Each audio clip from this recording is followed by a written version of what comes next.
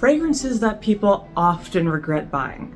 So there are quite a few of these. I have a small list that I think fits the bill pretty well for women's fragrances that often are not received that well. So I'm going to start with one from Tom Ford, which is Bitter Peach. And this one is actually a unisex fragrance. So Bitter Peach, obviously you have a peach fragrance here, but besides the peach note, it has some pretty heavy notes, like there's some boozy notes, there's, like cognac and things like that. There's also some fruity notes, mainly in the top layers. So it's kind of mixing these really warm and spicy aspects with lighter and sweeter and more feminine sort of notes. So the big qualm that most people seem to have with this type of fragrance is that, first of all, it's very strong. Second, a lot of the notes don't seem to blend together that well. It's a little bit overpowering, a little bit just kind of a strange smelling fragrance with a few odd notes here and there. So it's probably not a good idea to blind buy Bitter Peach from Tom Ford because it's kind of a very particular fragrance. Not everyone enjoys it. So if you do want to try it, I recommend just getting a sample and going from there, because it is a relatively expensive fragrance, and the last thing you want to do is spend a lot of money on a fragrance that you don't actually like. Besides Bitter Peach, there is Idole from Lancome, which is kind of a pretty sweet sort of fragrance. It's mainly a rosy scent with some fruit notes, a little bit of musk notes, but primarily you're getting this very floral, fruity, sweet, feminine sort of fragrance. The thing about this is that the problem is it is extremely sweet. While there are some musk notes, they're really not that strong enough to counterbalance how sweet this fragrance is. And sweetness is good to a certain extent, but once you go past a certain marker, then it's a little bit headache-inducing and obnoxious to smell.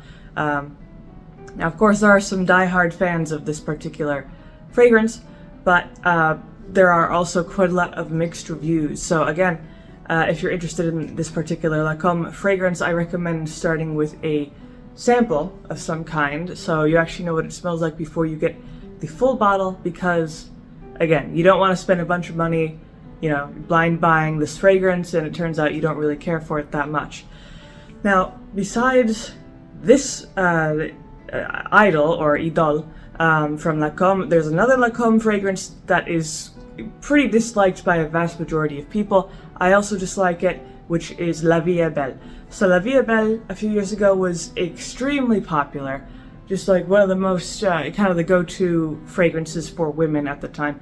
These days it's not quite as popular, it's kind of toned down in its popularity. Still pretty popular, but just less so. The thing about La Vie est Belle is it has the same problem as the other one. It's extremely, extremely sweet, and not everyone likes that. Now, if you are a die-hard gourmand, sweet, edible fan in terms of fragrances, then you may enjoy La Vie est Belle. But otherwise, I would recommend caution, because not only is La Vie est Belle extremely sweet, it is also extremely strong, and it doesn't go away for like 8 hours. It is extremely, extremely powerful. Only a few sprays will last you all day easily. And that's not exactly something you want if you just don't like the fragrance that much, because you'll just have to scrub it off your skin and hope for the best. But it mainly has notes of caramel, vanilla, fruit notes, things like that. In general, very, very sugary, very, very edible smelling. But again, it's, for many, just a little bit too sweet, a little bit too strong, and it is a little bit oversaturated because it was so popular for so long. But again, some people really do enjoy La Vie est Belle, so it really does depend on your individual preferences and things like that. But moving on from La Vie est Belle, there is Alien Goddess from Mugler, and kind of in the same vein here, it's the same problem with excessive sweetness. Pretty much if you go into any fragrance list with reviews, and that fragrance is very, very sweet, there's going to be quite a lot of mixed reviews, because it's either a hit or miss with sweet fragrances. Alien Goddess is really kind of in the middle. Again, it has those really ripe fruit notes, sugary notes, vanilla, florals, all these very hyper feminine notes to make this just super feminine. But it kind of goes a little bit overboard. It's also extremely, extremely strong, probably even stronger than La Vie est Belle, if you can imagine that. And again, it's you really have to know what it smells like before you get the full bottle, because there's a good chance that you are not going to like it. And if you just blind buy the full bottle without trying it, you're probably going to regret it. There's a good chance. But again, these are kind of subjective choices. If you really, really like extremely sweet scents, there's a good chance you may enjoy Alien Goddess. That doesn't mean everyone else will who smells it on you, but to each their own. Another one is Decadence by Marc Jacobs. This one I personally really do not like. It's meant to be kind of warm, a little bit spicy, a little bit sweet, mixing all these things. And I've seen the same complaint in reviews and things like that. The same complaint that I have is that the opening smells extremely similar to vinegar or pickles. Of course, it's not supposed to smell like that, but it's something strange about it that makes it smell very, very similar, at least to me and at least some other people, very much like vinegar. And obviously, most people do not want to smell like vinegar. Now, some people don't smell that.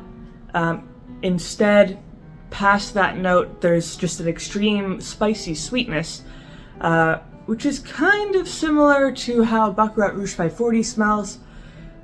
But I would say, I don't know, I just think it has kind of a sour tone to it, which I really don't like. It's also extremely sweet to the extent that I just want to scrub it off as soon as I put it on.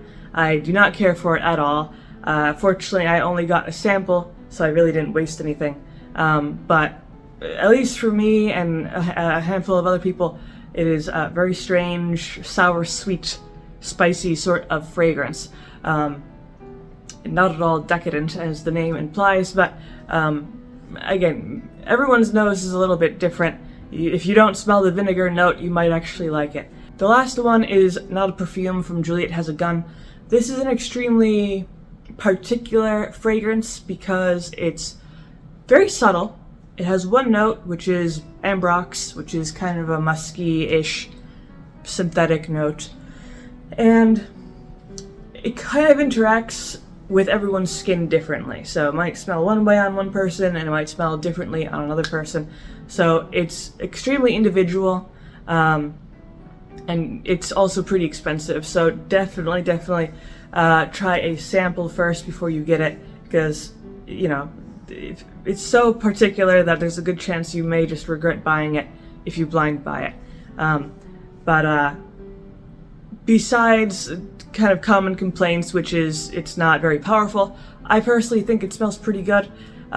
It's kind of a light, musky, powdery sort of scent. Very simple, but it performs pretty well. But that is pretty much my list of fragrances that people commonly regret buying. Not to say that they're all bad fragrances, but just be careful when you're buying them, especially as blind buys. But that is pretty much my list. So if you found this video helpful, of course leave a like and maybe subscribe, and I make videos throughout the week, so stick around for those.